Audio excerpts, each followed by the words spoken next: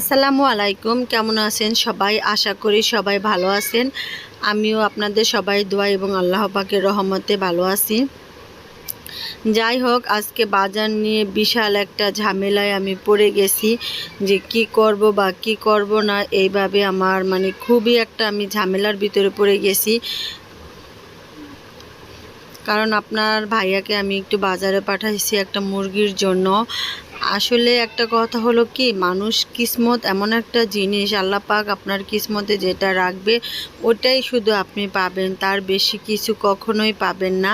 সেটাই আমি বুঝতে পারলাম। এই যে বিশাল সাইজের একটা মুরগি নিয়ে আসছে উনি বাজার থেকে, এই মুরগিটা দেখে তো আমার অবস্থা খুব খারাপ। খারাপ বলতে আমি আমার জীবনে এর তো বড় মুরগি আমি কখনোই কাটি নাই বলতে আমি ছোট ছোট মুরগি কাটছি, কিন্তু এত বড় মুরগি আমি কখনোই কাটি নাই। এটা যে কোন দিক থেকে ধরবো আর কোন দিক থেকে কাটবো আমি কিছুই বুঝতেছি না। হয়তো আপনারা অনেকে বলবেন যে এত বড় মুরগি সেটা কাটেন না। হ্যাঁ, এত বড় মুরগি আমি কাটি নাই, এই কারণ বিয়ের আগে তো মুরগি কাটি নেই, আর বিয়ের পরেও আমাকে এত বড় মুরগি কাটতে কখনোই হয় না। যাই হোক, অনেক যুদ্ধ করে মুরগিটা আমি কাটতে পারলাম লাস্ট পর্যন্ত, কিন্তু আমার অনেকটা সময় লাগছে। এখন এখানে মুরগিটা কেটে আমি একেবারে ধুয়ে মুছে নিছি। এটা আজকে রান্না করব। আর যেটা বলতেছিলাম যে কিসমত এমন একটা জিনিস, আপনার কিসমতে যেটা না থাকবে সেটা আপনি কখনোই পাবেন না, কোনোভাবেই পাবেন না। কোনো না কোনোভাবে সেটা আপনার কাছ থেকে চলেই যাবে। এই মুরগিটা আনার অর্থ, আমি এত বড় মুরগিটা আমি ওনাকে আনতে বলি নাই, আমি বলছি যে একটা শক্ত মুরগি নিয়ে আসবা, যেটা যে ফার্মের মুরগিটার ভিতরে যে ডিম পাড়া মুরগি শক্ত, ওই মুরগিটা। আর আমার বাসায় মুরগিটা কেউ তেমন একটা পছন্দ করে না, আর এই মুরগিটা শুধু আমি পছন্দ করি মুরগিটার সত্যি কথা বলতে মুরগিটার চামড়াটার জন্য। মুরগিটার চামড়াটা অনেক অনেক শক্ত হয়, আমার কাছে খুবই ভালো লাগে। আর মুরগিটা না কিনলে তো চামড়াটা কখনোই পাওয়া যাবে না, যে কিনে মুরগি সে তো চামড়া নিয়ে যায়।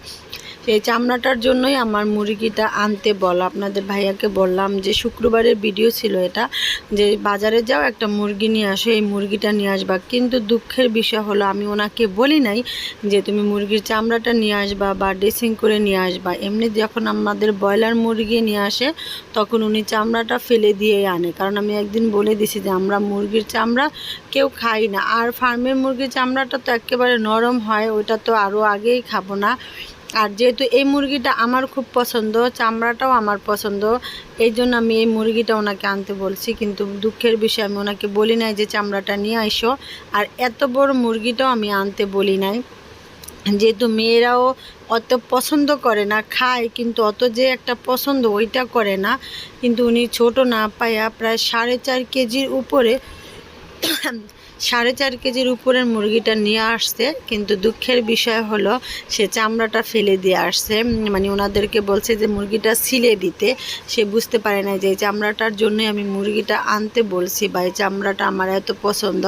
সে মুরগির চামড়া ওনাদের কাছ থেকে ড্রেসিং করাইলে তো আমার মুরগির সাথেই আসা পড়তো, কিন্তু উনি চামড়াটা ছিল তারপর নিয়ে আসছে। এখন আমার মেয়েরা বলে আমি ওটা ফার্মের মুরগি, আমি বলি না শক্ত মুরগি। তারপর ওনাকে ফোন দিলাম, যেটা কি মুরগি, বলে দেখে বুঝতেছো না 4.5 কেজি, তুমি যেটা বলছো ওইটাই নিয়ে আসছি। পরে বললাম চামড়া কোথায়? ওটা তো ফালাই দিয়েছি, চামড়া তো তোমরা খাও না। এখন কি বলবো তারে, কিভাবে বলবো যে এটা শুধু আমরা চামড়ার জন্যই খাইতে চাইলাম। যাই হোক, এটাই হয়েছে কথা। আপনারা বা আমাদের সবারই কিসমতে যেটা থাকবে না সেটা কখনোই আমরা পাবো না।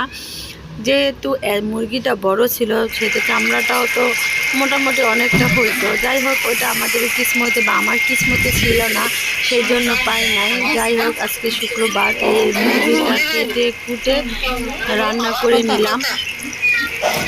এটা যেহেতু শক্ত মুরগি, অনেকটা টাইম লাগছে রান্না করতে। সবাই ভালো থাকবেন, আল্লাহ হাফেজ।